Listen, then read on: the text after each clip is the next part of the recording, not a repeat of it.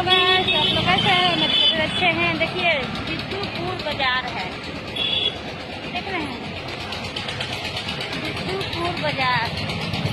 बस क्या है ना, पंडवा सजा हुआ है। हम आए थे, काम था। आप लोग बोले थे ना कि मेरा काम है, बैंक से फोन आया था। तो हाजीपुर नहीं, बैंक में बिट्टूपुर बैंक में फोन आया था।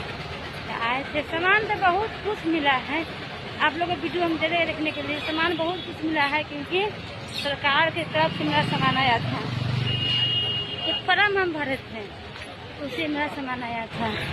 देखिए, देख रहे हैं, यही है बिट्टूपुर बाजार। हम लोग को खुला नहीं पड़ता है, अब नहीं ना जाएंगे, घर पर नहीं जाएंगे। हाजीपुर